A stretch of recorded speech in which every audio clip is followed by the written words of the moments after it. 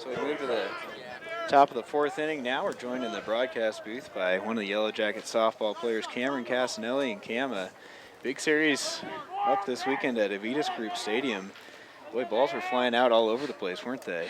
Yeah, it was super fun. Yeah, talk about yourself at the plate. I think you had 3 home runs total in the series against the Vikings, if I'm not mistaken. What was your approach up there over the weekend? Yeah, I was just heading up to the plate with the mentality that I just wanted to swing the bat and score some runs for my team and get some RBIs in with runners on base and help my team out. And I was just swinging hard up there, and it was a lot of fun this weekend. As Cooper works here in the top of the fourth inning, ball's behind in the count. 2-1 here to Crunkleton. And one of your mantras that you sort of developed is the Dingers slogan. You know, it's one of your catchphrases. Dingers are life is something that we'll commonly hear you talking about. Just comment on that, how it developed and how it's just kind of a thing now on the team.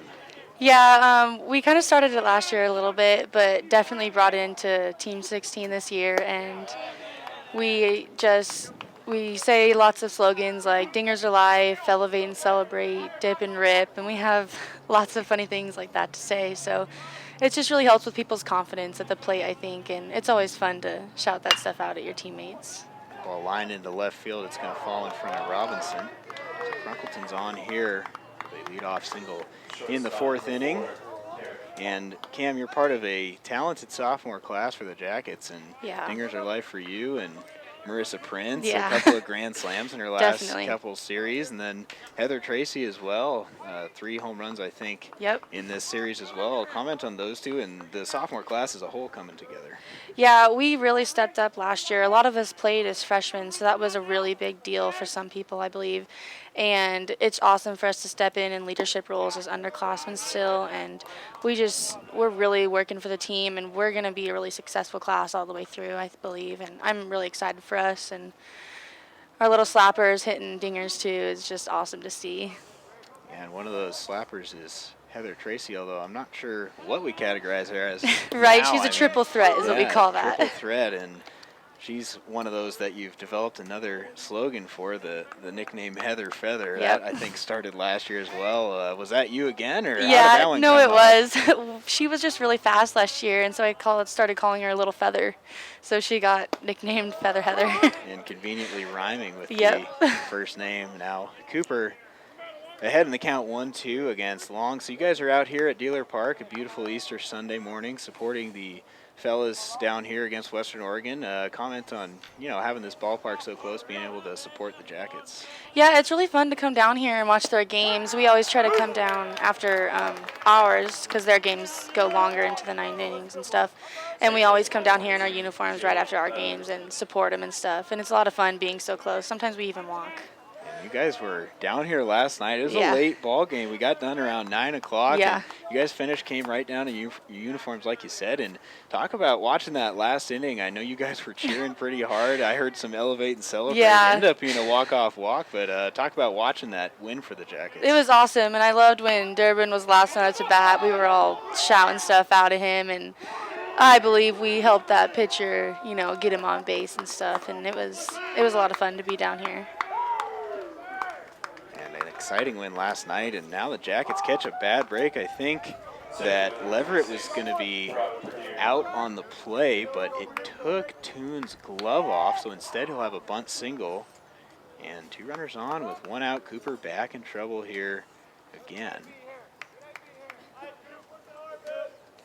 So Cody's trying to put up another 0. So far, 0's on the scoreboard as we move into the fourth. This is a big game for the Yellowjackets, Cam. The team split a doubleheader yesterday, and you can comment on this from an athlete's perspective, how big it is to get a series win. That's what MSUB is trying to do against the Wolves here. Yeah, they really need this win, and I know they played really well yesterday and were able to split, so I really hope they're able to take the dub today.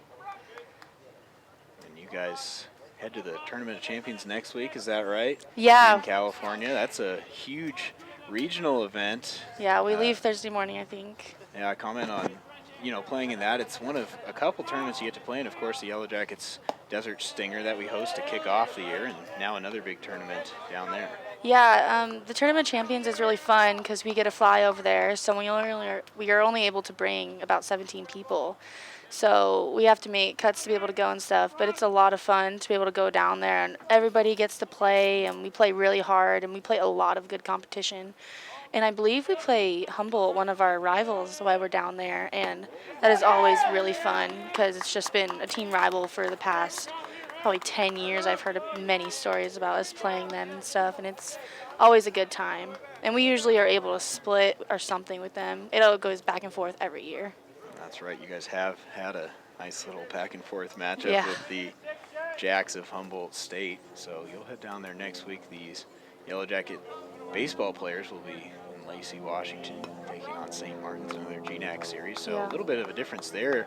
Once the guys get going in GNAC play, they don't stop. You guys, a couple of interruptions to your conference schedule. Yeah, we take a couple breaks. Some non-conference games. You got to go on one-year-long road trips to Canada, played UBC, and then went down to Seattle U, got part of a game in, had some rain, but talk about that road trip. That one was really fun, going to Canada. I've never been there before, so it was a lot of fun, and it was rainy the whole time, but we were able to get most of the games in, and I was able to have my pitching debut out at British Columbia, and it was a lot of fun. We ended up taking 2 wins from them, and it was just a lot of fun for the team to come out and see so much energy, and even when the weather is sucky and stuff, we were able to come out and play hard and get 2 dubs from them. I'm glad you brought that up. It's a new thing for you this season in the circle. Last year, you played quite a bit as a freshman, but you were just hitting dingers. Now you're trying to keep other teams from hitting dingers in the circle. Talk about making that transition, getting some innings on the circle. Yeah, it's a lot of hard work. I definitely respect all the pitchers we had last year and this year because I know the hard work that it takes. And I'm just glad I'm able to come in there and help our pitchers. After losing a big one last year, Mac, we needed a lot of people to step up, and Megan and Rourke have been doing really well, and Taylor stepped in too for us. But Megan being a little bit hurt right now is a downer for us, so all the pitchers stepping up is really doing good for us. And yesterday with Amanda throwing a great game and Taylor helping her out, we were able to get a W yesterday, but I'm just glad I can be there to help. I close games for us sometimes, so. And Kelsey takes over first base for me, so it's fun to do that and step in the circle. How about that? An inning double play. Cam, that was awesome. Jackets got out of 3 innings yesterday with double plays, and here with the bases loaded, they do it again. That's awesome. It's a little less common in softball, but you play first base, so every once in a while you get to catch the back end of the double play. Talk about how that can change momentum as it just did there. Yeah, they really needed to put a 0 on the scoreboard for that, and they did, and that's awesome. But on the softball field, double plays are not as common just because everything is a lot smaller, and the girls are moving fast down to first. But I just put a good stretch from the bag, and I'm able to pick the ball from my shortstop or second baseman, and I'm able to stretch and get an out. And we haven't had that many this season, but we try a lot, and even doing back picks and stuff to try to get a double play it really changes the momentum of the game, and we're able to keep it going. Voice of Yellowjacket sophomore Cameron Cassinelli on the softball team joining us here in the 4th inning. Cam, you want to stick around for the bottom half, watch the Jackets hit with us? Yeah, of course. Now we're looking out in the stands. Plenty of your teammates out here today. We're looking down in front of us, just close to the left. We see Bella Rovens, and we've talked a little bit about how offensively the Dingers really give you guys energy and life. And Bella certainly had a good series offensively. Yeah, definitely. She also got it done with the glove. She robbed a grand slam, and that really was a momentum changer. It really was. Can you talk about her defense and making a play like that? Bella is really strong out there for us in center field. She is a great leader in the team, on and off the field. She leads us in almost every aspect, and everyone looks up to her and respects her more than anyone on the team, I think. And she leads the team in the box as well. She has a great bat. She's able to swing hard, and she also lays down some good bunts. We also call her a triple threat.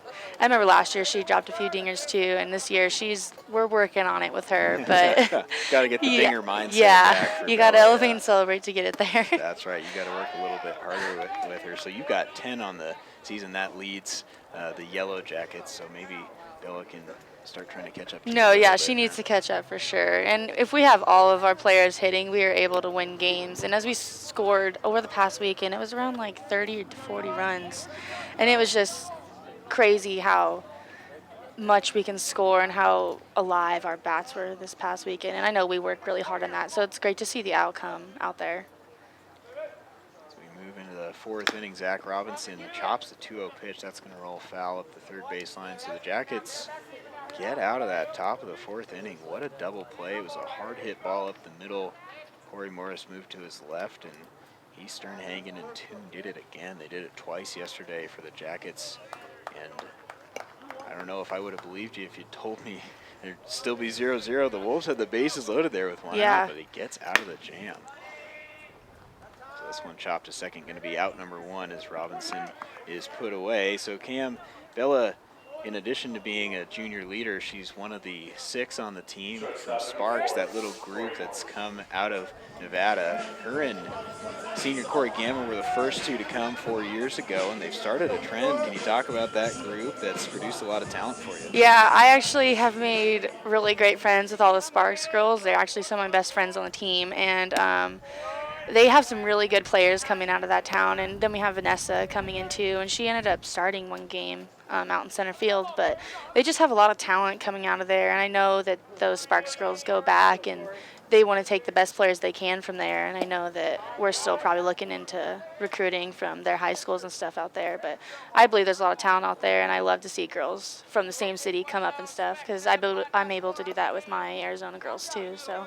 And that's right, you're Santan Valley, Arizona, is that correct? Yep. Native, and a couple Arizona girls on the team. You've got Madison Kelly, the freshman catcher, and Ryland Estrada as well. I think Taylor Tokach as well, Arizona. Can you kind of describe the proximity of you guys in terms of, are those cities close, or did you know any of those players at all? I grew up playing Little League with all of those girls, with actually. All of them. All right. Mostly Ryland. So Queen Creek and Santan Valley are 5 minutes from each other. We grew up playing Little League since we were probably 8 years old together. We played club ball. Our high schools were rivals growing up, and if you could believe it or not, we were not like really the greatest friends. Like we knew each other and like you say hi and stuff, but we were not really the best friends or anything. But then I convinced her to end up coming here, and she's my roommate now. And then Madison and Taylor are within a 30-mile radius of that. And I started playing with Madison when I was probably 14 or 15. She caught me all the way through my club ball years, all the way up. She was always my catcher. So it's awesome for her to come here, and she warms me up for every single game. And it's awesome to still have that chemistry with your players and stuff. And I always played against Taylor Tokach when we played club ball and stuff. And I knew the way she pitched, and I talked to Boomer last year about her coming here, and I told her I knew a few girls because I knew we were in need of pitching, so I was able to just help out and get a few players, I think, and it's awesome for me to know those girls and still talk to people about coming up here and stuff. Connections running deep for the Jackets. One thing that's really worked with the recruiting has been establishing these bases, so we see it in Sparks, and then now pulling out of Arizona, and anytime you can get players to come not just for a year, but really plant some roots there and have them come for seasons. It really helps with chemistry and building a squad. Yeah, definitely. So we have 2 outs now in the fourth. Corey Morris, a nice at bat. He hit a couple balls hard, but lines out to Sullivan. And now Landon Peterson, the catcher at the plate. So Cam, with 1 out left here in the fourth, what are some goals or things you'd like to accomplish the rest of the season for you and the team? Some personal goals that I have are I want to keep hitting balls hard, and I just want to be a record-breaking player for the Yellowjackets. And I had goals this season, and I hit double digits yesterday, and that was a humongous goal for me. So it's just awesome to do that. And as a team goal, I think that we can take it far deep into the season, and I want us to be able to play well. And we were able to almost split with Western yesterday, and that was awesome. And we continue to get better throughout the season, and that's all I can ask for as a player. This is a team that went to a regional last year, a special run your very first year in the program. Not something you can really count on happening every year, but comment on that experience and how you'll use that this season in building forward to the future.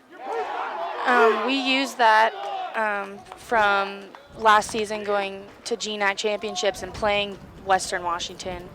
We remember their team and how good they were, so we knew what players were their big hitters and stuff like that, and trying to work around it yesterday and stuff. And it didn't come through all the time, but we definitely accomplished some good stuff out there. And playing them is always it's always a good game, scoring lots of runs and putting up on the board.